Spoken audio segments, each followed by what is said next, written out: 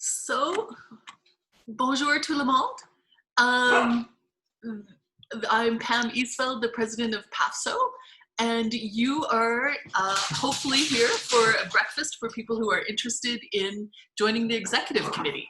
So I have a PowerPoint that I'm going to run through, and this is the agenda.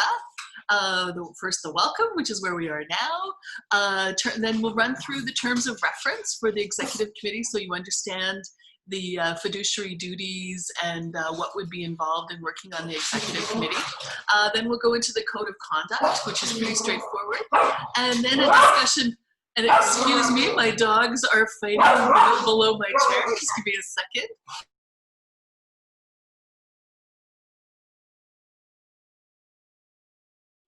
Sorry, my coworkers are just having a little scrap below at my feet here.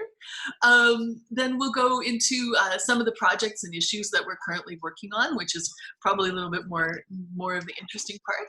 And then questions and discussion. So just 1 second.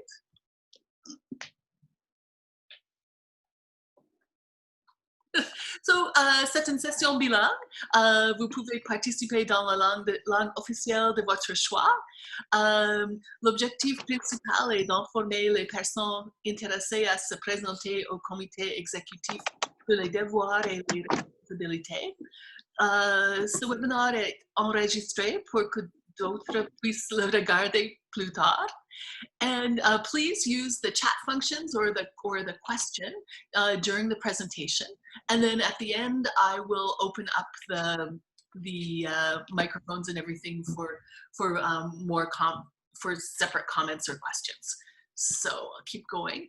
So in October last year, we adopted the AGM, which is the primary decision-making body of PAFSO, adopted the strategic review and the strategic priorities, which included mission, values, and vision statement for PAFSO.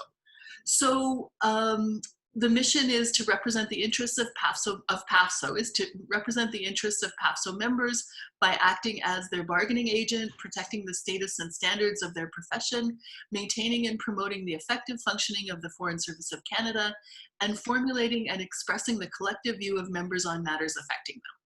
Our values, we pursue this mission in a way that reflects Canadian values of equality, diversity, fairness, professionalism, transparency, and good governance. And our vision for PAFSO is to be a well-governed, highly trusted, effective, and modern organization with strong relationships with members, staff, and stakeholders.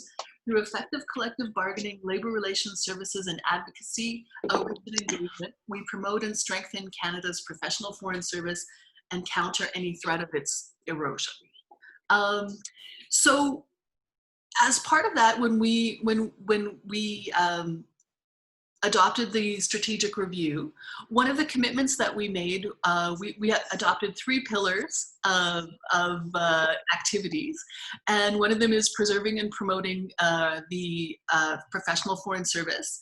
The other one is membership and public engagement, paraphrasing roughly, and then the other one is governance. And as part of the governance commitment, we decided that the executive committee needed some terms of reference. So we had never had terms of reference for XCOM before. We adopted them in draft in July, and we'll be presenting them to the AGM this year on the 26th of October for approval. If you saw my email that went out on the 31st of July announcing the elections, there is a form, excuse me for a second. Enough.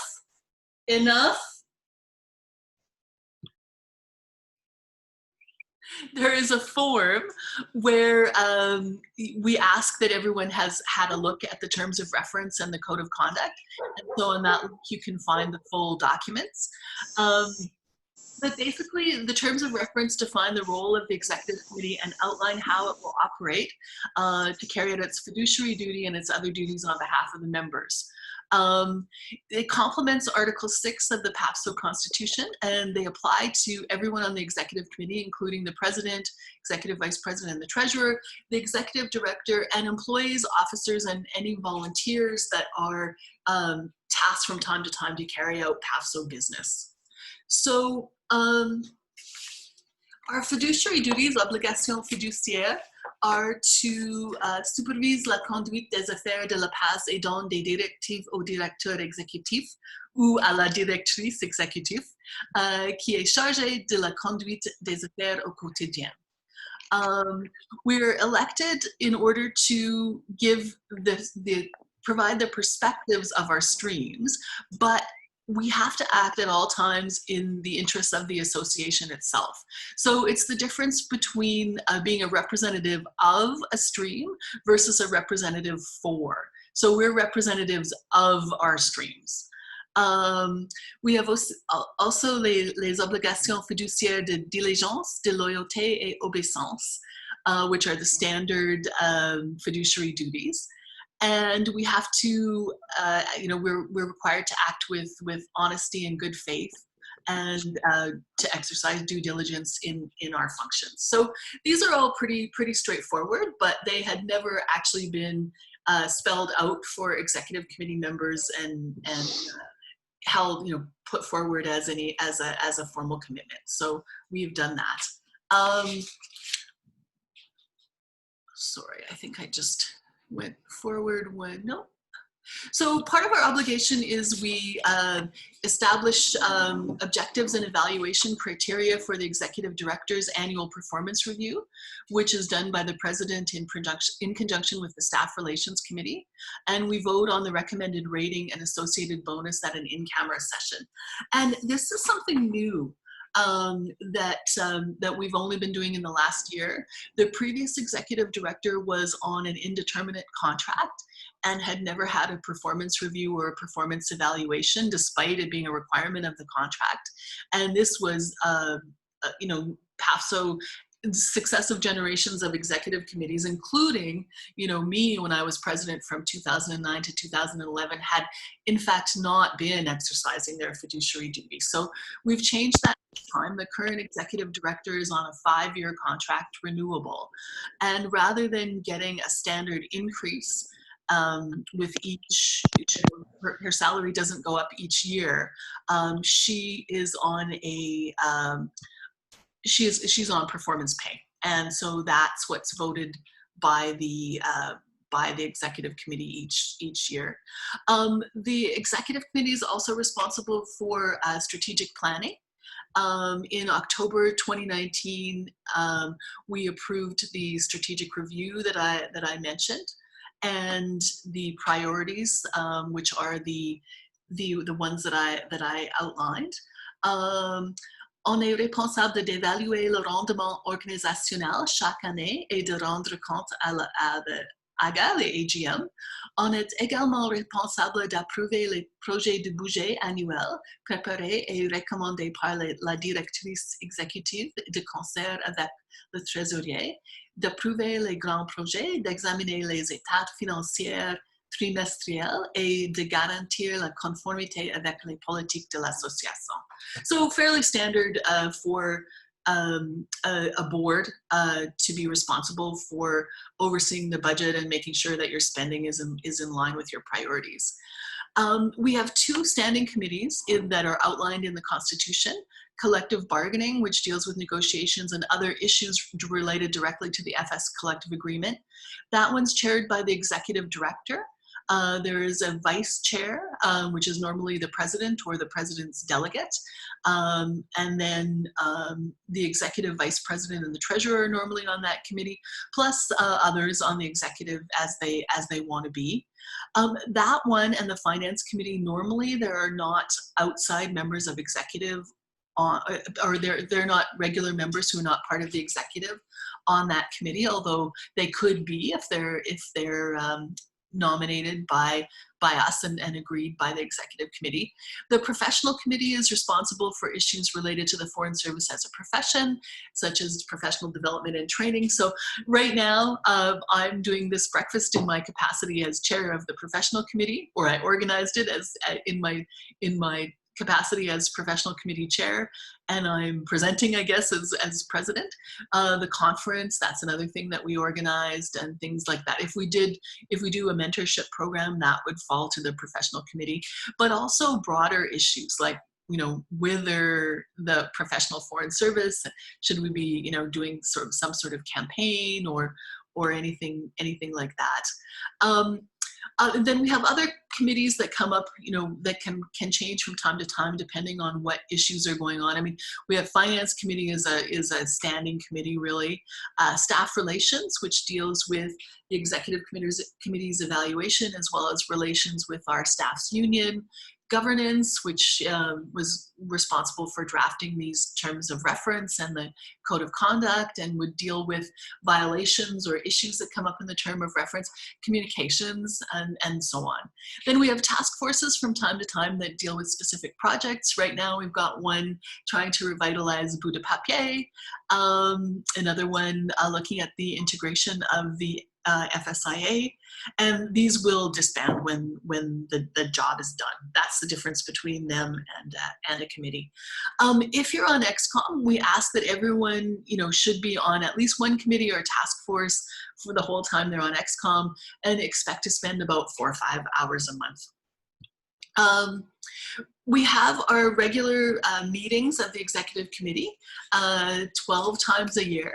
Le troisième jeudi de chaque mois from 12 to noon. So if you're thinking of running for the executive and you're hearing this, don't tell me that you don't know when executive committee meetings are, because they're the same time every month. In the last 3 years, I think we canceled one in December 2018 due to a big blizzard. But generally, you know, we stick to the same time.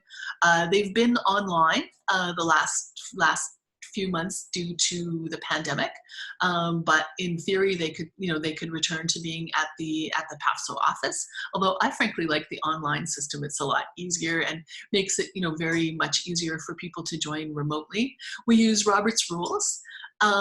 Normalement, il y a une réunion préparatoire optionnelle une semaine avant la réunion principale, après quoi le projet d'ordre du jour est immédiatement envoyé aux membres. So I send out a list of what I think are the issues.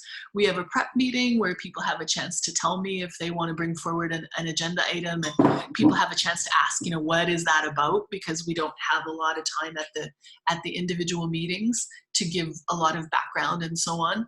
And then we send out the materials and the agenda a week ahead. We don't normally attribute our votes and so on in the minutes. You know, we don't say these 5 people voted in favor, these 2 voted against, unless somebody asks for that. They ask for their vote to be recorded. Because one of the principles of being on the executive committee is that, you know, group decision making, and once a decision is made, in fact legally, you know, any member of the board is responsible for a decision of the board, even if you voted against it. So something to keep in mind. You want to have a look around the other board members and make sure that that you're willing to take on that responsibility, that you trust the process, and so on. So does anybody have any questions or comments? I see Frederic Laberge has joined us. So I'll unmute everyone just in case anyone has any questions or comments before I move on to the next section.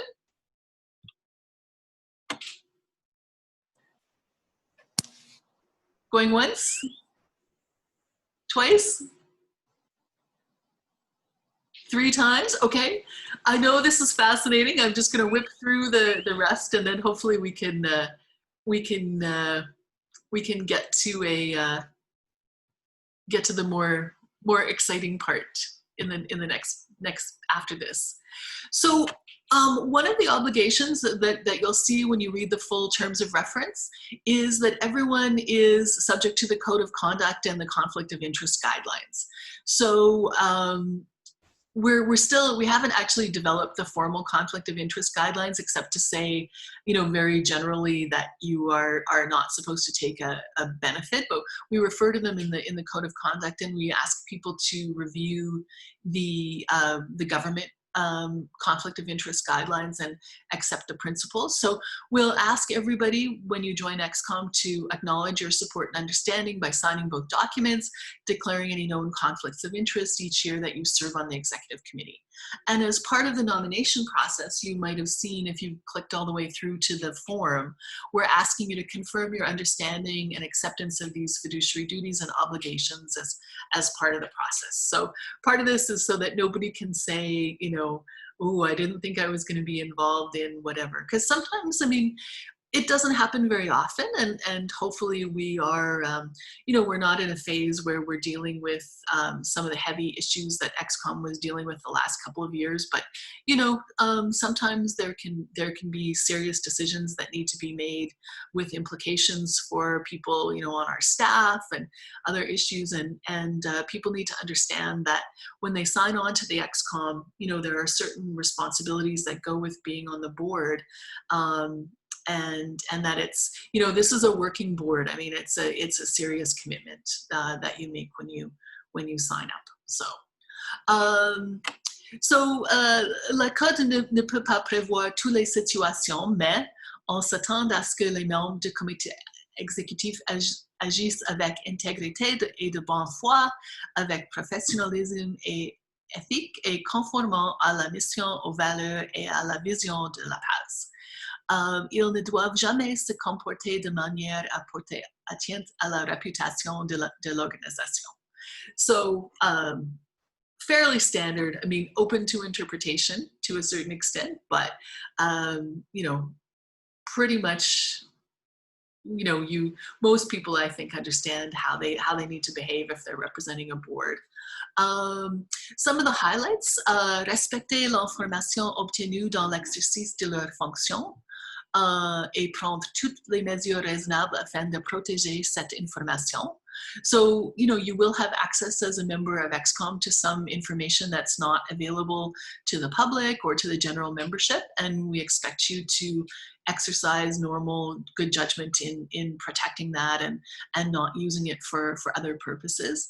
Ne faire aucun commentaire public, notamment sur les plateformes de médias sociaux, concernant des enjeux ou la prise de décision au comité exécutif, sauf accord préalable de celui-ci. So unless we agree in advance that, we're going to go out and discuss how a decision was made, what the different points of view were, we ask that you keep the decision-making and discussion in the PAFSO, in the executive committee room, confidential, so that we can have a free-form discussion. If you are talking about general issues concerning the issues that are generally relevant to PAFSO, like, the function of the Foreign Service, the environment, the fiscal environment, and how it might affect, what happens to the members, we ask that, you make it clear that you're speaking as an individual and not on behalf of the committee, unless there's been a discussion and you've been authorized to speak on behalf of the committee. We also ask that everyone prepare themselves for effective decision-making at meetings by reviewing all the documentation and participating in any preparation meetings needed to seek any background. So, what this is to avoid is people showing up and saying, hey, wait a minute, I haven't read the document, pause the discussion, I can't vote until I go through whatever document. Or I don't understand the issue, and asking for an extensive background briefing at the actual executive committee meeting. It's my job and the job of the people who are preparing the agenda to make sure everyone has enough information to make decisions, but we try to provide opportunities for people to do that in preparation for the meeting rather than at the actual meeting. And we encourage everyone to encourage and support the collegial operations of the committee and the PAFSO office. So we need to make sure things take place in an inclusive environment where everyone's treated with respect and dignity and free from harassment and discrimination on all of the grounds. In the code it lists them, but race, age, gender, official languages, gender presentation, sexual orientation, all of those things. We're a union is basically a human rights organization, and we need to live that in the way we deal with each other.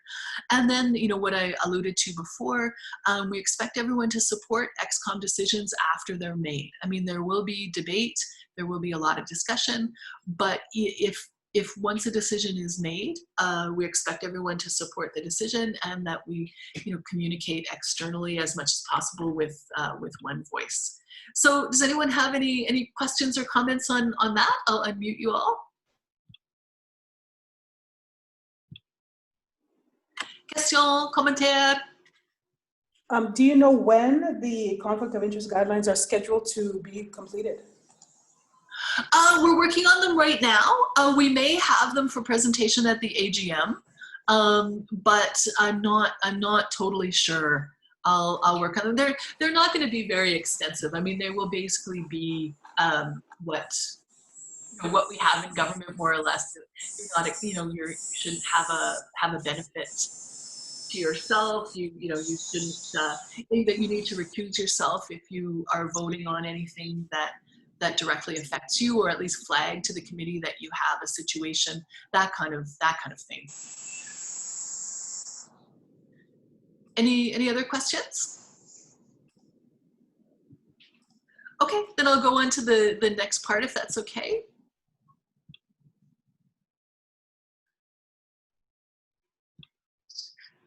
So this is the more interesting part. Some of the current issues that we're working on, we've presented to all of you for consultation. We're working in the context of the strategic review priorities, and we've developed a strategic plan. So you can see the strategic plan has been out for consultation for a while on the PAFSA wiki. So everyone has a chance to comment, and we haven't had very much commentary back, which I take to mean that people think that we're in good alignment with what we came up with.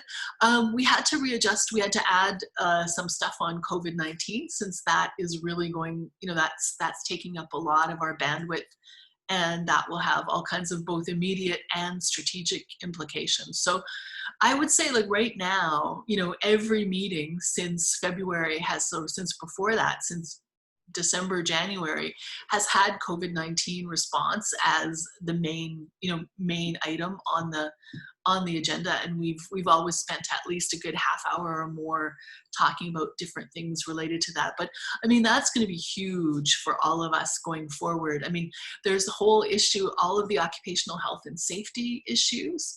Occupational health and safety is a major issue anyway, but it frankly has always been something that's been considered like a little bit boring, and has not necessarily, gotten as much attention as it deserves. And now we have realized that, hey, we need to, to devote a lot more attention and develop a lot more expertise. I mean, we have a very experienced and skilled person as our OSH lead, Suhaila El-Katab, who's been doing it for about 4 years now. And she is chair of the Occupational Health and Safety Policy Committee at GAP, and has a lot of contacts and understanding. We've also got some very good people on our labor relations team in the office who understand the issues really well. But one of the things we need to do is we need to expand the education capacity of the executive committee and also of the membership. I mean, people need to know how to speak up, how to raise an issue, what they should be looking out for, what their recourse is, what their rights are in terms of, if they're in an unsafe situation. And that's going to really be front and center, especially as we start returning to the workplace. Another issue we look at is, the whole issue of human resources and competitions, and, whether there is hiring, what the intake levels are for different parts of the FS group, what staffing is with terms and so on, how competitions are being held. And these things, this is outside the collective agreement. This is the employer's right, but this is where executive committee really can play a role, because this is more really in the advocacy and understanding and analysis type of thing, rather than the, what our office labor relations team goes into, sort of police the collective agreement and enforce the terms and conditions of the collective agreement. This follows in the gray area where we really need to use our diplomatic skills, frankly, our negotiation and advocacy skills. And so if you're on XCOM, you have plenty of opportunities to do that. We're also soon about to start consultations on the next scheduled round triennial review of the FSDs and the negotiations that will surround that. And gee, because of COVID, FSDs are going to be a very, very hot issue. And again, something that's outside the collective agreement, and really does come down to, we negotiate, National Joint Council is a joint council, and the employer side, Treasury Board, and the employees, us, have an equal say at the bargaining table, and nothing will happen. I mean, if it's by consensus, so one side can refuse a change to the FSDs.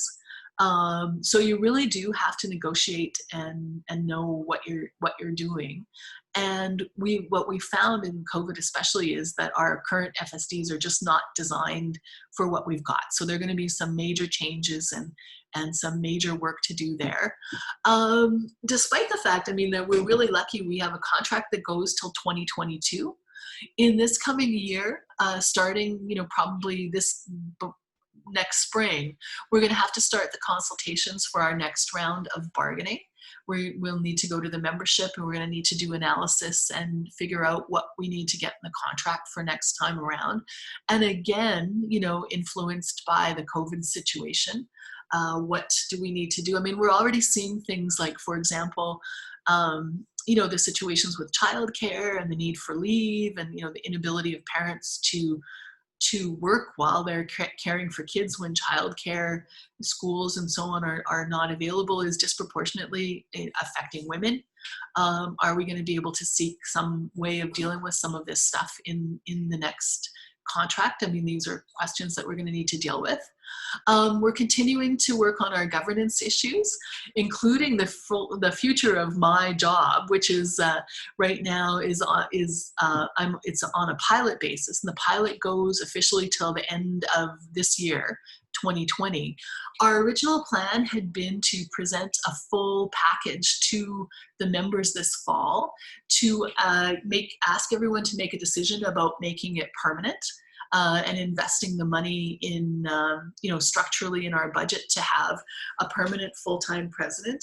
I think what we're going to do is we're going to offer people a couple of options, one of which would be to continue the pilot for another year, because frankly, since COVID has hit, we have just been flat out, including me, and we haven't had time to properly, get ready for that vote.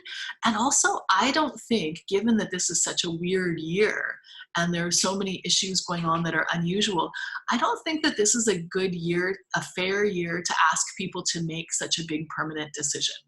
I think, it's $200,000 a year that you have to budget for it. It's expensive.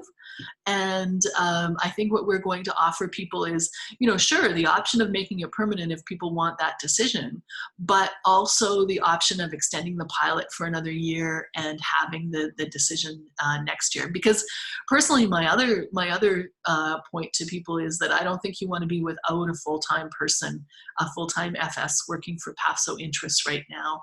It's definitely not something that I would have been able to have done part-time, and I don't think anybody else could do it part-time. So that's something that we're going to be working on, and probably as XCOM you would be working on in the fall as well. We're also, as I mentioned, we're working on the revamp of Bout de Papier. We had problems getting the issues out, and so we decided to take the opportunity to put it on a hiatus. We've formed a task force that's coming up with some recommendations, and is a plan to digitize and modernize the magazine. And we're hoping to launch with this new Boo in 2021. So we'll present that at the annual general meeting in October as well. So just to sum up, Date limite pour les nominations, it's the 18 septembre. If you want the full details, you can go to the PAFSA website where the annual general meeting announcement is, and you'll see the nomination form and links to the full documents. On a 6 postes disponibles, 2 pour le FPDS, une pour la gestion consulaire, et 3 at large. So what that means is if we have, say, 6 people in total who are interested in joining, if we have 2 for FPDS, those 2 will be elected. If we have 1 for consular, that person would get that position. Then we have 3 more for anyone from any stream. So if, for example, we had 6 people in total and they were all from management consular and FPDS, then there would be a couple more members from those streams. But if there are people from other streams, you would be in the at-large category. So if we have 8 people who are running, depending what stream they are, your name would go forward in the category if you're FPDS or management consular, and there's say there's 2 for management consular, your names would go forward for an election under management consular, but also under the at-large category. So people basically have a chance to vote for you twice. And you would be elected that way. And then when you are on the committee, we know which stream you're from. We do expect you to kind of bring your perspectives and your contacts from your stream. But as I mentioned before, we all function as ex-com members for PAFSO as a whole. Et il y a beaucoup de travail à faire, mais les questions sont intéressantes et affecteront votre avenir. So we need you. I hope that hasn't scared anybody off. One question people had is roughly how much time people should expect to spend. And that is, I would say, about 8 hours a month for a committee person. Or for an executive committee member. If you take on another position like treasurer, it might be depending on what's involved, but maybe, sometimes maybe a little bit more, but generally, XCOM meetings are 2 hours a month. There's probably about an hour's worth of reading and preparing, maybe a little bit more if you go to the prep meeting. And then, working on a committee, we probably expect you to be engaging on your issues for about maybe another hour a week. So total of about 8 hours per month. So I will I'll open up the floor, unmute for general questions, comments, discussion. What have been some of the major challenges of running the XCOM effectively in the last few years? So, part of the problem is the volunteer model, right? And I don't know that there really is an answer to that, except for trying to do what we do, which is making the requirements pretty clear, making the roles pretty clear, trying to actively recruit and encourage people to come forward. But the bottom line is, whenever you've got volunteers, people have lives and people have other things that they need to do, and engagement, involvement is going to fluctuate. So there have been challenges from time to time. The output level of the executive committee has gone up and down depending on who's on the committee and what else they've got going. Another issue that we've had is that, a rotational nature, right? People come for a couple of years and they go out on a posting, and it takes a while to develop an understanding of the issues. So we've tried to address that in a couple of ways. Some of this through this orientation package. That will hopefully get people up to speed a little bit sooner. And also through the provision that now allows for remote members, so that people who have been, people who are out on post like you can participate remotely. There are some limitations, and we didn't put explicit limitations to say you have to be, in a certain time zone or whatever, because we kind of expect people to use their common sense. But the XCOM meetings are at noon on a Thursday, Ottawa time.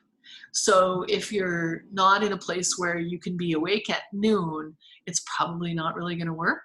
But it does mean that people who have some expertise who want to continue, say they're halfway through, they get a posting, they can stay on the committee. It also means that we get better representation from the different streams. Historically, we've had a hard time recruiting IRCC people, for example, but right now we have 4 IRCC members, which is more than anybody else. So Oh, that's been good. Yeah. And then, some of the other challenges are kind of a lack of understanding of the fiduciary duty and the oversight role. And, in the past, there had been, I think because there had been XCOMs that were not engaged, the staff were taking on maybe too much responsibility in that regard and not, did not have enough oversight from the committee. So when people came along and started asking questions, it was taken as, hey, you're saying that we're doing something wrong, which it shouldn't be. So right now we've built it into the system where we have we're required to do an evaluation of the executive director. We have a plan and everyone is required to work the plan. The executive director is responsible for taking the strategic plan and making operational plans, and then that's how they report to the executive committee. And so we managed to address some of that. And then, having a full-time president, I mean, I think that from my point of view, certainly, it's like we would not have necessarily been able to address some of these other structural issues if I had been trying to do it part-time. I think it's still, if we agree to another year of the pilot, I think there still might be an argument to be made that maybe at that point we'll have everything set up well enough and a structure well enough in place that maybe somebody could do it as a part-time volunteer. But it has definitely taken some work to do it. So sorry, that was kind of a long-winded answer. thanks. Thanks. Anybody else or any follow-up to CJ's questions? No, you guys are so quiet. That's because I muted myself. So on the list of issues that you had earlier, Pam, I just wondered, where would the issue of, the people working from home, using up their own, let's say, hydro, their internet, and needing equipment that comes in, because the distribution of laptops and ergonomic equipment was, how should we put this politely, less than optimal. And then what, if anything, are you hearing about these rumors about cutbacks, to try to save money, because of course the government had to pay out CERB and all that kind of stuff. Huge amount, yeah. And all the right-wing press, including charming person in Ottawa here, is talking about, we got to cut to save. Yeah. Well, guess what? That never really worked anyway. So anyway, I'll leave you with that, if I may.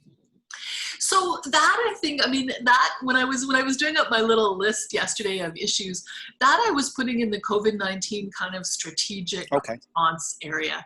So like we've already, they're revising the GAC telework policy, and we've made some comments on that saying, hey, you're revising a telework policy and you're not mentioning at all that this is in response to a pandemic situation where rather than members, workers asking to work at home, the employer is requiring people to work from home. So, that needs to be different. So we are on those issues of, getting ergonomic equipment at home. The whole tax issue is one thing that's going to come up.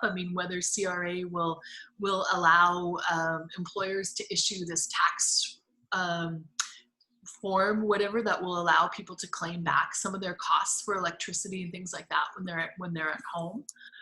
That's a question that will apply to the whole country, but everything is linked, right? Like, so that sounds great to us as individuals. I'm like, hey, because I know for me, like my AC has been running all summer and I see it in my hydro bill, like, whereas before, I had it set so except in the boys' room, it came on an hour before I would get home and cool the place down. I'd like to claim back my electricity and stuff too, but look at how much money the government is spending. And nobody has been talking about cuts per se. In fact, like all the meetings that I have at Treasury Board are they like nothing has been hinted at in terms of any cuts or layoffs or any, you know, sacrifices. But, you know, they are coming up, they're writing these massive checks, and that's going to have to come from somewhere. So, you know, we may need to be looking at things as PAFSO, like what's our position on this stuff going to be? Is our position going to be, okay, we want everyone to get that tax form and claim back your electricity, even if it means that there might be a 5% pay cut for everyone, you know, or that there might be layoffs. Workforce adjustment is the term. Like there is going to be a lot coming down the pike, and we're going to really need to be on top of it, trying to be ahead of the curve. I mean, everything that I hear from the government, nobody is talking about anything like big workforce adjustment or layoffs. I don't think it's necessarily because they love us so much, but because they know that A, that sends a massive signal to the economy, and B, continuing to pay the public service is one of the best ways of getting money into the economy. So, you know, if they laid all of us off, they laid a bunch of people off, they would just have to find some kind of benefit or whatever to put those people on in order not to crash the system. So I think we're probably not going to see the effects of this for a couple years in the heavy way. But I do think that we are going to have to prepare ourselves for, you know, what is going to happen when all of this kind of settles and needs to be dealt with. Can I add one more thing? Yeah. So I went to the building a couple of weeks ago to do laptop stuff, and you know, I had my mask on and everything, and to my shock and surprise, I saw the commissionaires without any masks on. And when I was waiting in the delivery area, you know, down at the back, I said to one of them, so how come you guys aren't wearing masks? I said, we're not obligated to wear masks. And all the commissionaires in the building were walking around with no masks, no nothing. And the staff, the employees were, which I thought was absolutely bizarre.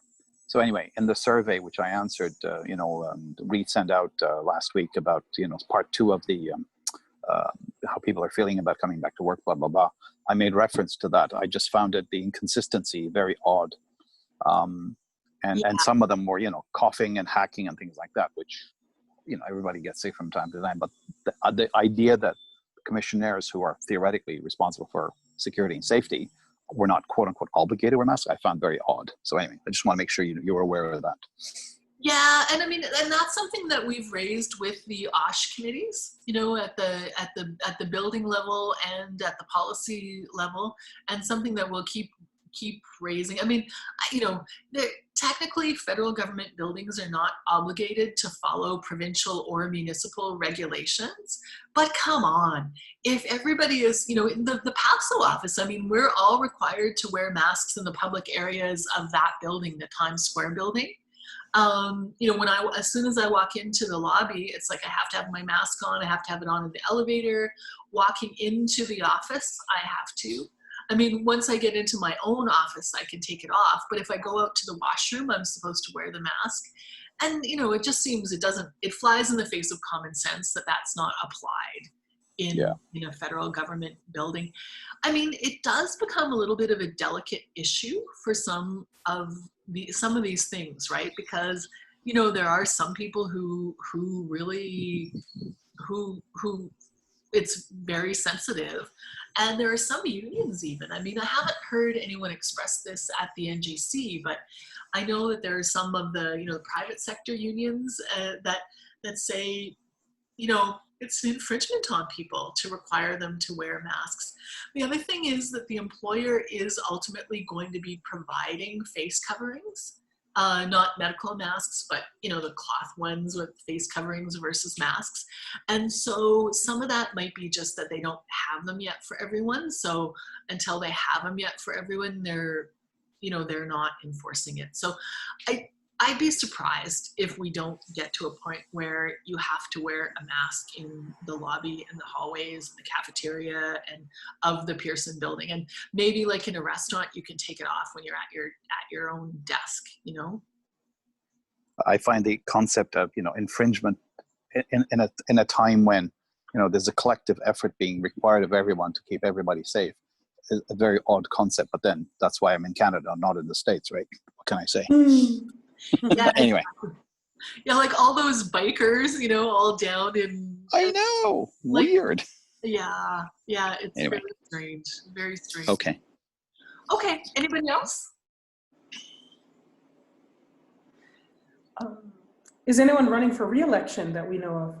So I am, because I need to be a member of the executive committee to be president, and even if people change, like their if we decide not to have a full-time president, I'll still be on the executive committee, hopefully. I believe Madeline is. I'm not sure about Suhaila. But that's all that I know. So there's several spots. Keely is not running again. She's the person the MCO who's coming off the committee. So there's several spots left. So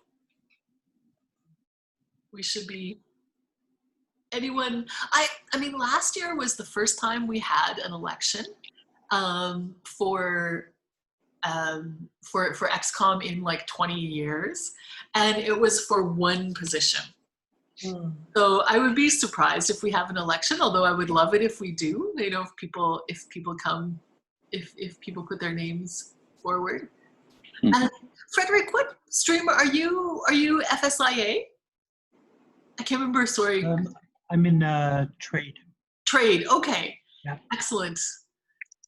Yeah, well, so you guys, I mean, it'd be great to have more trade people. Right now, we've only got two. We've got John Gossel and Tam Ames. But especially if you guys talk to anybody who is any MCOs, if you know a good MCO, please encourage them to put their name forward, because that's one, like we need to, one position is protected for MCO. So we need to find somebody good to. Well, I know a good MCO. I'll follow up. Yeah. That would be excellent. Well, thanks for that, Pam. That was very helpful. Certainly we'll give it serious thought. And I think I'd be interested in one of the at-large positions, sort of to do the liaison between the regular folk and the retiree, community, so that there's synergies and whatnot. But that's just one of the ideas I would bring. Excellent. Guys, I'm just going to stop the recording